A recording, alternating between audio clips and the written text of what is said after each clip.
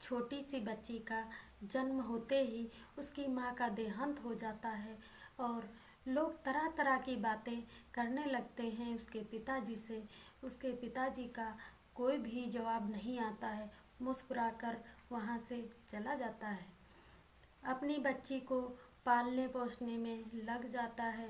जितनी बड़ी होती जाती है उसकी बेटी, उसे उतना ही टेंशन हो रहा है और बड़े होने के साथ साथ उसको पढ़ाने लिखाने का भी जो जुम्मा उठाना चाहिए माता पिता को, उसको सोच सोच कर अब बाहर जाने लगा। और बाहर जाते समय अपनी बेटी को छोड़कर काम करना एक पिता के लिए कितना कठिन होता है, कितना मुश्किल होता है, जो पिता जान सकता है जिसके घर पर उसकी बीवी नहीं होती है। ये तो भरे परिवार वाले क्या जाने। जो लोग ताने देते हैं उनका तो काम ही होता है ताने देना। वो आपको अच्छा देखेंगे तब भी ताने देंगे, बुरा देखेंगे फिर भी ताने देंगे। लोगों का तो काम होता है ताने देना।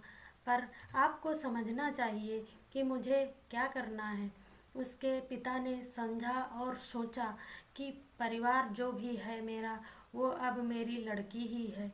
इसलिए अपनी लड़की का पालन पोषण करते हुए शिक्षा की तरफ ध्यान दिया और अपनी लड़की को पढ़ने भेजने लगा। उसकी लड़की पढ़ने जाने लगी और पढ़ने के साथ साथ में इतना सोच और समझदार थी कि हर बार क्लास में फर्स्ट ही आती थी और पढ़ाई पे बहुत ज़्यादा ध्यान देती थी, क्योंकि वो अपने पिता को देख रही थी कि मेरा पिता कितना संघर्ष कर रहा है मेरे लिए।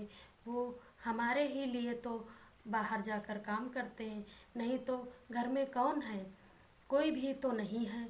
माँ भी नहीं है, ना तो मेरे भाई हैं, ना तो मेरी बहन है।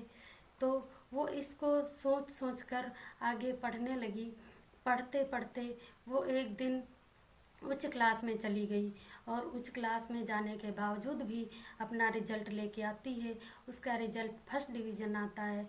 देखकर उसके पिता का बहुत ही अच्छा रिस्पांस रहता है। अपनी लड़की को देखने के बाद में वो इतना खुश होता है, बेटी को उठाकर गोद में बिठा लेता है और बोलता है कि बेटी आप क्या बनना चाहती हो। उसकी बेटी ने सुंदर सा जवाब दिया, पापा मैं अभी तो कुछ नहीं बनना चाहती हूँ, अभी मेरी पढ़ाई चल रही है। उसके पिता ने कहा ठीक है, आप जितना पढ़ना चाहती हो मैं पढ़ाऊँगा और किसी की बातें ना सुनते हुए आप अपने लक्ष्य पे ध्यान देना। फिर उसकी लड़की ने बोला ठीक है पिताजी, मैं जैसा आप कहते हो वैसा ही करूँगी। वो जाने लगी और जाके अपना कोचिंग वगैरह करने लगी। एक दिन क्या हुआ कि वो पढ़ते पढ़ते अपने क्लास से एक दिन उसके पिता का खेतों में काम था, वो काम कर रहा था। उसकी लड़की अपना रिजल्ट लेके हाथों में आ पहुंची खेत को। उसके पिताजी बोले कि बेटा तुम यहाँ क्या करने आई हो, मैं खुद घर आ जाता। तो लड़की ने जवाब दिया, पिताजी आज मेरे से रहा नहीं गया, इसलिए स्कूल से आने के बाद मैं डायरेक्ट आपके पास आ गई हूँ, क्योंकि मैं अपनी खुशी किसी से नहीं बता सकती, एक आप ही तो हैं जिनसे मैं बोल सकती हूँ। तो उन्होंने बोला ठीक है बेटा, बताइए क्या बात है। तो उसने बताया कि मैं आज एसडीएम बन गई हूँ और आप एक एसडीएम के पिताजी बन गए हैं। तो उसके पिता का इतना ही सुनते इतनी खुशी हो गई चेहरे पर कि पूछिए नहीं। वो जाकर अपने गांव घर में जो मिठाइयाँ थी खिलाने गया, तो अगल बगल वाले लोग बोलने लगे कि आप अपनी लड़की को एसडीएम बनाएंगे।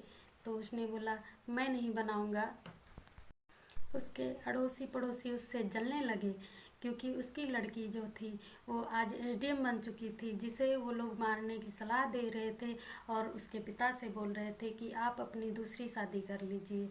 इसलिए आजकल की कहानियाँ ऐसी ही कुछ हैं कि गर्भ में पता चलते ही अगर बेटी है तो गर्भ में ही मार दी जाती है, नहीं गर्भ में तो किसी चौराहे पर जाकर छोड़ दी जाती है।